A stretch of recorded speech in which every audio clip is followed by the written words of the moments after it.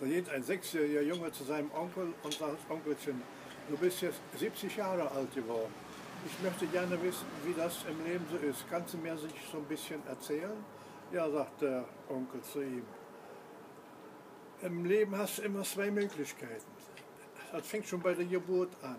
Entweder wirst du als Mädchen geboren oder als Junge. Wirst du als Mädchen geboren, hast du günstig. Wirst du 3 Jahre alt, da kommst du in den Kindergarten. Wirst du 6 Jahre alt, da kommst du in die Schule. Wirst du aus der Schule entlassen, gehst in eine Fabrik, lernst einen Beruf, lernst Menschen kennen, heiratest, bis du versorgt bist an dein Lebensende.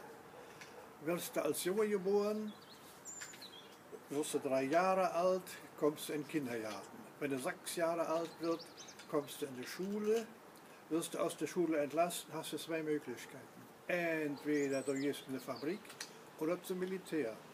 Gehst du in eine Fabrik, hast du günstig. Da lernst du einen Beruf, da lernst du ein Frauchen kennen, da heiratest du und da bist du versorgt bis an dein Lebensende. Gehst du zum Militär, hast du zwei Möglichkeiten. Entweder sie nehmen dir oder sie nehmen dir nicht. Nehmen sie dir nicht, hast du günstig. Nehmen sie dir, hast du zwei Möglichkeiten. Entweder du kommst auf der Schreibstube oder an der Front. Kommst du in die Schreibstube, hast du günstig. Kommst du an der Front, hast du zwei Möglichkeiten. Entweder wirst du getroffen oder nicht getroffen. Wirst du nicht getroffen, hast du günstig. Wirst du getroffen, hast du zwei Möglichkeiten.